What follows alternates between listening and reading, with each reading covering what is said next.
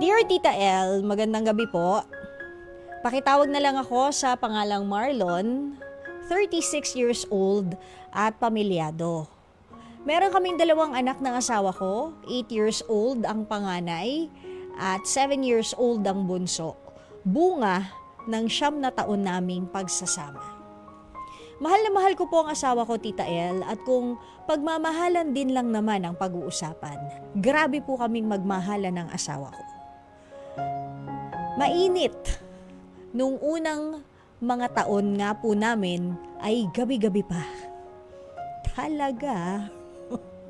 Baka kaya nga po magkasunod ang pagkakabuntis niya kasi gabi-gabi kami. Na alam mo na. Pero syempre, kailangan pong kumayod, kaya nag-OFW po ako.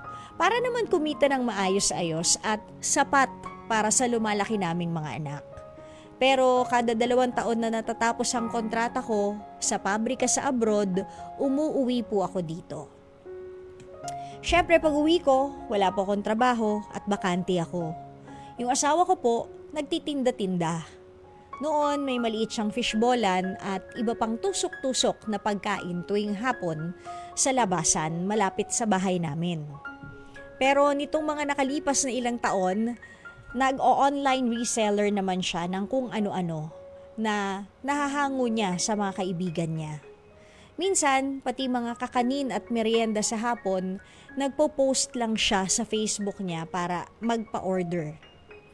Tinutulungan ko naman po pati sa gawaing bahay ang aking asawa, lalo na pag bakanting-bakante po ako at wala pang malilipatang pabrika. Sa abroad pa rin po kasi ako naghahanap ng trabaho tuwing umuwi ako at natatapos ang kontrata ko. Nakakatatlong alis at uwi na po ako at ngayong taon, kakauwi ko lang po nitong October. Kaso Tita El, sa huling 2 alis ko, napansin ko sa asawa ko tuwing uuwi ako, mainit lagi ang ulo. Lagi pa akong hinahanapan ng dilihensya kahit alam naman niyang wala akong trabaho pag nandito sa probinsya. Pero hindi naman po ako tumitigil maghanap ng trabaho. Kaya nga tinutulungan ko naman siya sa mga bata at sa pag-deliver ng mga order sa kanya para makatulong ako sa kanya. Napagsasalitaan niya pa rin ako ng masakit na parang ako na yung pinakawalang kwentang asawa at ama sa mga anak ko. Okay naman kami kapag nasa abroad ako. Dahil ba nakakapagpadala ako ng pera noon at ngayon wala na akong trabaho? Useless ako? Alam ko naman pong hindi bubuhay ng pamilya ang pag-ibig lang at mainit na pagsisiping. Dapat talaga may financial security. Pero hanggang saan ba niya ako dapat sukatin? Mag-asawa naman po kami. Mahal ko siya kaya hindi ko naman po siya pinapatulan. Hinahayaan ko na lang. Pero tao lang din naman po ako, Tita El, sasaktan. Sana po mapayuhan niyo ako ng pwede kong gawin o kung paano ko kaya maibubukas sa kanya ito. Baka kasi magalit lang ulit siya imbis na makapag-usap kami para makaayos or magkaayos. Hanggang dito lang po at maraming salamat, Marlon. Marlon, sabi mo nga, hindi mo pwedeng laging mainit lang kayo sa bedroom, ano? Sabi mo, kailangan ng financial security. Actually, kung 3 beses ka nang pabalik-balik sa abroad, sana nag-iipon ka rin. Hindi yung puro padala kay misis. To the point na tuwing uuwi ka dyan, mainit ang ulo niya sa'yo.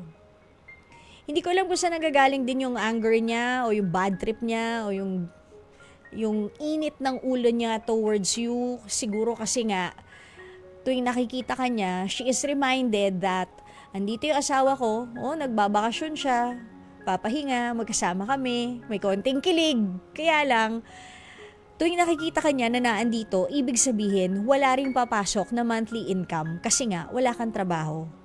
Pero ang tanong nga is, the financial stability. Sabi mo nga, kaya ka naman talaga nag-abroad, hindi ba? Para nga matustusan yung lumalaking mga bata.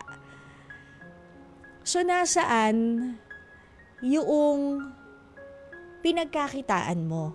Siguro sa susunod mong abroad, mas maganda if you also save some money para pagdating mo dito, sa susunod mong balik, meron kang savings, makapag-put up kayo ng maliit na negosyo. That way, hindi ka na alis ng alis. Papunta ng ibang bansa, umaasa na makakahanap ng trabaho sa kung saan pabrika para lang meron kayong income.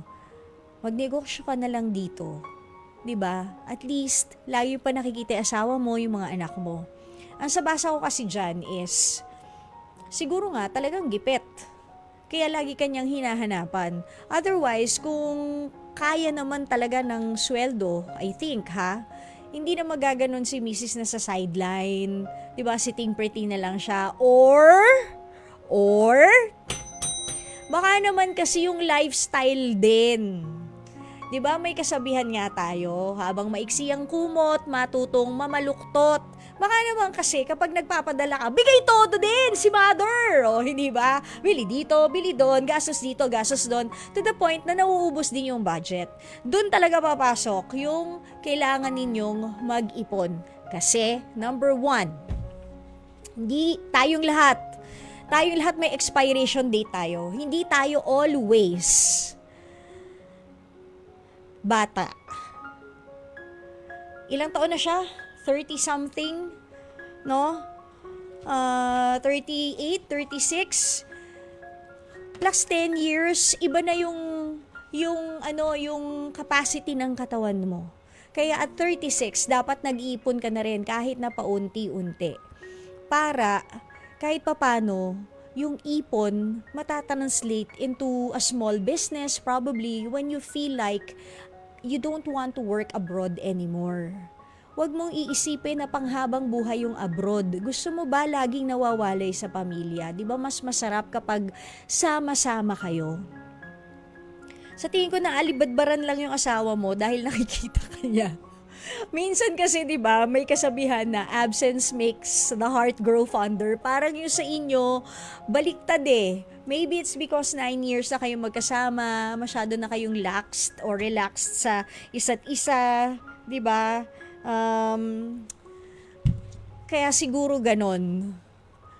Or baka hindi na lang talaga siya sanay na nakikita ka niya araw-araw because for the longest time, nag-a-abroad ka para magtrabaho. And then, puro video call, puro tawag na lang, yung form of communication, baka hindi na rin siya sanay. Medyo nakaka-nervyos din yun Kaya siguro mas maganda if maayos nyo talaga yung finances nyo, kahit pa paano magtabi ka ng konti para pagbalik mo, may maisip ka mang negosyo o di mayroon na kayong pampuhunan.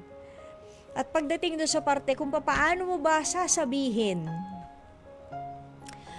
kung sa asawa mo na marunong ka rin namang masaktan, hindi naman siguro laging mainit ang ulo ng asawa mo. Baka naman na-tsempo lang. Malay mo, pagkatapos yung mag-hot,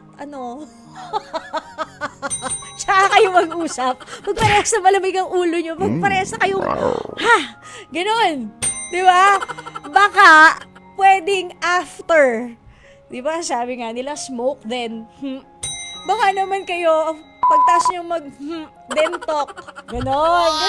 Oo, diba? Baka pwedeng pagkatapos yung mag-loving-loving, tsaka kayo mag-usap ng mga bagay-bagay para at least medyo meron ng release. Yan. Medyo kalmado na kayo parehas, hindi ba? And baka yun din yung isa sa dahilan. Baka naman kulang. Hindi kaya kulang? Baka kulang. Kaya mainit ang ulo ni Mrs. Diyan ka na nga, araw-araw, gabi-gabi, baka kulang. Diba? Mahingi nga tayo kay Senator Idol ng pagana.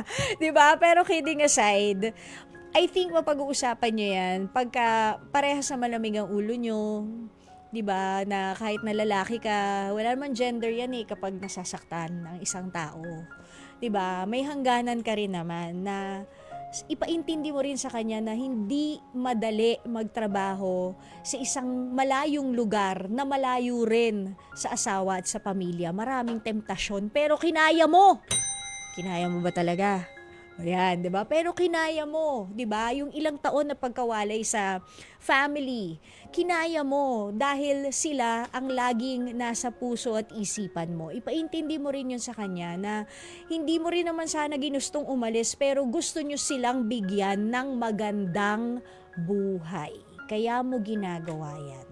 And then mag-usap kayo, mga ilang balik na lang ako sa abroad, tas magnegosyo na tayo, ha? Ganon. Okay ba yun? O sige, Marlon, sana kahit paano nakatulong